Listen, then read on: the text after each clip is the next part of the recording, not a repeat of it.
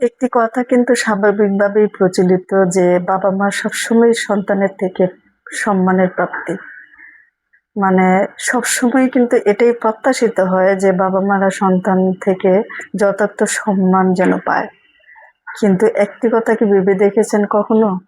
সব বাবা মারা কি সব সন্তানের জন্য সব সময় সব চলার রাস্তাটুকু তাদের সুগম করেছিল? সমাজে এমনও বাবা মা আছে যারা চাইলেই তাদের সন্তানদেরকে একটু সুশিক্ষায় শিক্ষিত করতে পারতো, কিন্তু ইচ্ছে করে কোনো না কোনোভাবে তাদের নিজের স্বার্থের জন্য শিক্ষিত করে নাই, বা একটি কাজ যেটা সন্তানকে করে দিলে তার ভালো হতো সেটা করে নাই, বা একটি আবদার যেটা রাখলে সন্তানের জন্য ভালো হতো সেটা করে নাই। মানে অনেক অভিযোগ থাকে দিন শেষে সন্তানের বাবা মার উপরে। সে জায়গা থেকে বাবা মা যখন বৃদ্ধ হয় তখন তাদের কথাটা কিন্তু সব জায়গায় একইভাবেই প্রচলিত হয় যে তারা তাদের সম্মানটুকু পাও না। অবশ্যই তাদের সম্মানটুকু পাও না, তাদের প্রাপ্তিটুকু পাও না। কিন্তু কথার কথা এটা বলে কথার কথা বলছি যে আসলে কি সব বাবা মা সন্তানদের জন্য সব সময় তাদের জন্য আশীর্বাদ স্বরূপ হয়েছিল? তাদের মাথার উপরে সবসময় কি ছাতার মতো থেকেছিল? তাদের রাস্তাটা, তাদের জীবনের যে চলার পথটা সেটা কি সবসময় তাদেরকে সহজ করে দিয়েছিল, যেটা করলে তার সন্তান সারা জীবন ভালো থাকবে? এরকম কিন্তু অনেক অভিযোগের আঙুল বাবা মার দিকে উঠে থাকে, কিন্তু সেটার কিন্তু প্রকাশ হয় না সমাজে, সেটা কিন্তু স্বীকৃতি পায় না। সেই অভিযোগটা থাকলে কিন্তু সমাজে কেবলই বদনাম এবং তার উপরে কথা ওঠে, সে বাবা মার উপরে এই কথাটা বলে।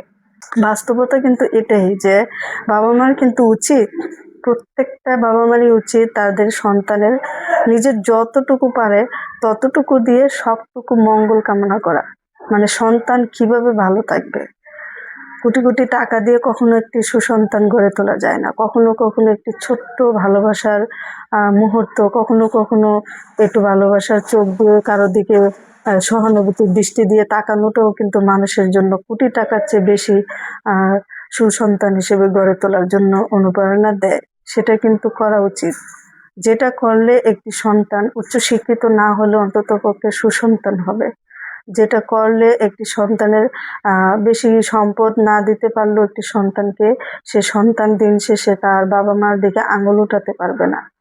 অর্থের জন্য কখনো কেউ যতটা বুঝে কেউ কারোর উপরে আঙুল উঠায় না। উঠায় তখনই যখন সন্তানরা বড় হওয়ার পর বুঝতে পারে কোনো না কোনো জায়গায় বাবা মা তাদের কোনো একটা ঘাটতি রেখেছে, যেটা আসলে না রাখলেও পারতো।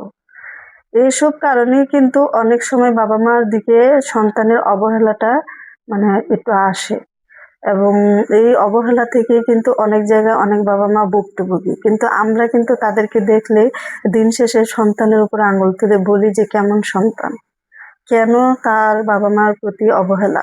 কিন্তু এই বাবা মাও কিন্তু অনেক সময় অনেক ভুল ত্রুটি করে, যে ভুল ত্রুটির কারণে আসলে একটা সময় তারা যখন একদম নির্জীব হয়ে যায়, তাদের যখন চলার ক্ষমতা থাকে না, তখন তারা হয়তোবা বুঝলো তখন তাদের সন্তান থাকে সক্ষম। আর সক্ষমতার কারণেই তারা তাদের বাবা মাকে অবহেলা করে। আর এই অবহেলার জায়গাটা কিন্তু সমাজ খুব খারাপ চোখে দেখে যে কেন অবহেলা করলো। অবশ্যই এটা অবহেলা করা উচিত না, কারণ একজন খারাপ করতে পারে সেজন্য আরেকজন তার উপরে খারাপ করেই প্রতিশোধ নিতে হবে, এরকমটা কিন্তু না। কিন্তু এটাও মাথায় রাখতে হবে যে প্রত্যেক বাবা মারই উচিত সন্তানকে ভালোবাসার দৃষ্টি দিয়ে যতটুকু তার সম্ভব ততটুকু ভালোবাসা দিয়ে যেভাবে সুশিক্ষিত সুসন্তান করা যায় সেভাবে তাকে গড়ে তোলা, এবং সেটা করতে গিয়ে তার যা যা স্যাক্রিফাইস করার দরকার সেটা করা।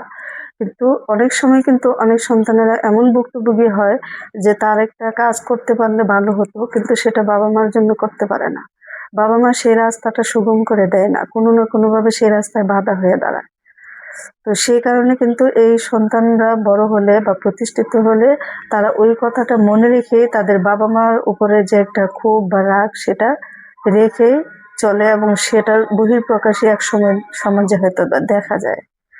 কিন্তু এজন্য আমি বলবো যে প্রত্যেক বাবা মায়ের উচিত শুধু নিজের প্রাপ্তিটার কথা না ভেবে সন্তান কি তার কাছে পায় এবং কি তার দেওয়া উচিত একজন দুনিয়াতে একজন সন্তান আনার পরে তার প্রাপ্ত কি দেওয়া উচিত সেটা দিয়ে তাকে সঠিকভাবে লালন পালন করা। আর এটা করলে অবশ্যই দিন শেষে সন্তান তার উপরে অভিযোগের কোনো আঙুল তুলতে পারবে না। আল্লাহ হাফেজ।